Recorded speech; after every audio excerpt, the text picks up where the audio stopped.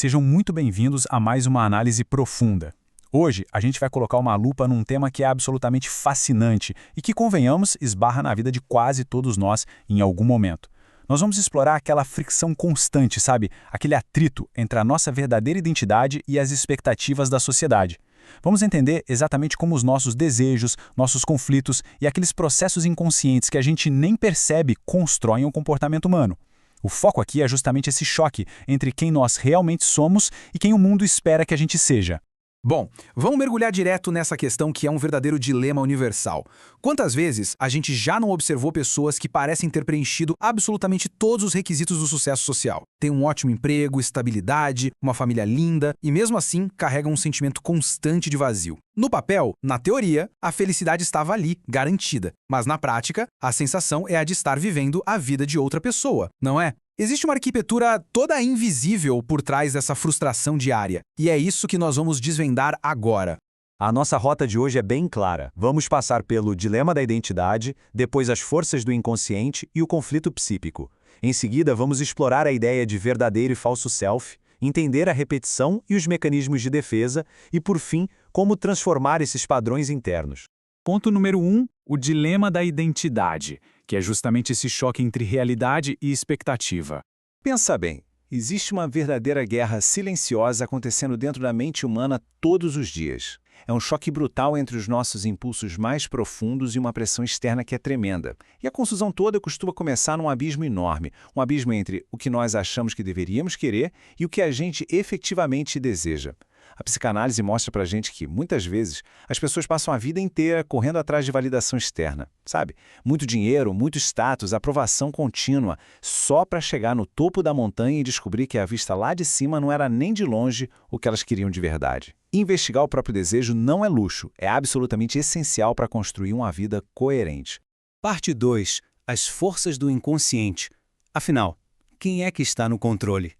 Se nós nem sempre desejamos aquilo que achamos que desejamos, quem ou o que está no banco do motorista? Para explicar isso, Sigmund Freud criou um modelo da psique humana e apresentou o nosso primeiro combatente invisível, o id. O id é instinto puro. É aquela fonte crua, sem nenhum tipo de filtro, dos nossos impulsos e necessidades imediatas. O id não está nem aí para regras sociais, limite de tempo ou etiqueta. A lógica dele é muito direta. Eu quero isso agora. É a busca pura e simples pela satisfação, sem medir consequências. É basicamente uma criança de 3 anos numa loja de doces. Mas claro, o id não vive num vácuo. Nós vivemos no mundo real. E é aí que entra o ego. O ego é o grande negociador da nossa mente. O trabalho dele é duríssimo, lidar com a realidade e tentar encontrar formas seguras e viáveis de satisfazer aqueles desejos brutos do id, mas colocando na balança as circunstâncias e as consequências. O ego é quem diz, olha, eu entendo que a gente quer muito isso, mas precisamos bolar um plano para conseguir sem causar um desastre total. E para completar a equação temos o terceiro elemento, o superego. Essa é a voz interna das regras da sociedade, dos valores familiares e das proibições que a gente vai internalizando ao longo da vida. E detalhe, o superego costuma ser super severo. Ele aponta falhas, ele gera culpa, é aquela voz que sussurra, ou que muitas vezes até grita na nossa cabeça. Isso não é o certo a se fazer, ou você deveria ser muito melhor. É exatamente aqui que as pressões do mundo ganham vida dentro da nossa própria mente.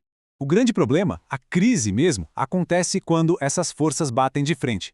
Vamos imaginar uma situação super palpável. Alguém que quer desesperadamente fazer uma mudança radical na carreira. O id, que é a fonte do desejo, grita lá no fundo, eu quero começar uma nova vida. A realidade financeira, claro, pesa no ego. Mas o nocaute costuma vir do superego, dizendo, você não pode abandonar aquilo que a sua família espera de você. E o que resulta desse ringue interno? Uma ansiedade gigantesca, culpa constante e, na maioria absoluta das vezes, uma paralisação total. Entender essa dinâmica muda o jogo.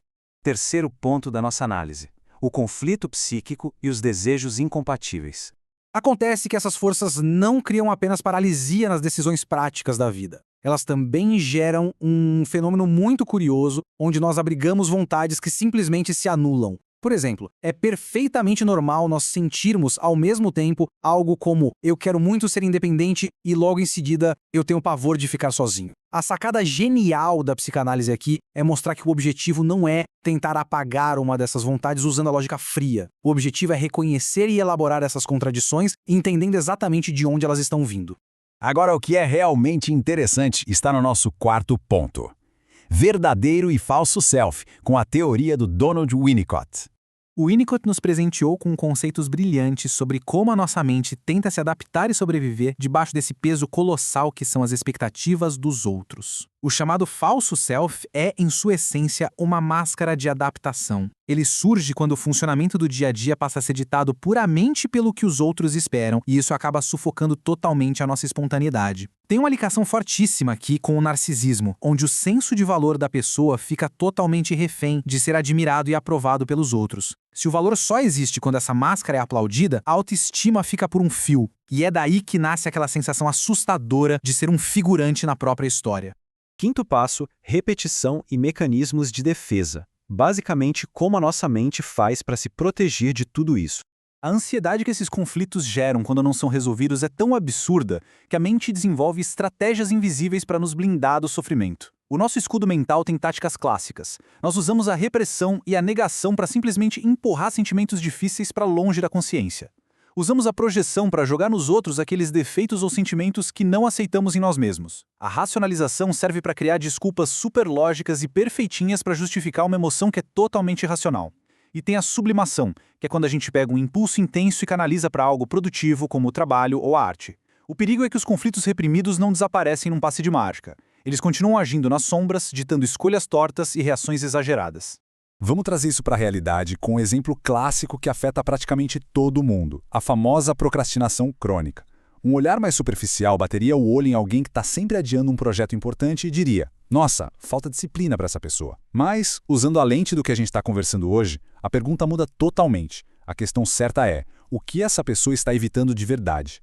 Na maior parte das vezes, não tem nada a ver com preguiça. Pode ser um medo paralisante de fracassar, pode ser medo do sucesso e do peso das novas responsabilidades que vêm com ele, ou até uma forma de fugir do julgamento alheio. É o inconsciente operando a todo vapor.